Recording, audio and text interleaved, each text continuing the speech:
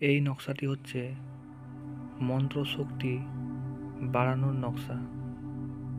অনেক তান্ত্রিকেরই মন্ত্রতন্ত্র সঠিকভাবে কাজ করে না বা সঠিক শক্তি পায় না। তো তারা যদি এই নকশাটি ব্যবহার করে তাহলে তাদের যে মন্ত্র শক্তি সেটা আগের থেকে দ্বিগুণ হয়ে যাবে বা বেড়ে যাবে। তো আজকের দেওয়া এই মন্ত্রটি আপনারা কিভাবে প্রয়োগ করবেন বা আজকের দেওয়া এই যন্ত্রটি আপনারা কিভাবে প্রয়োগ করবেন।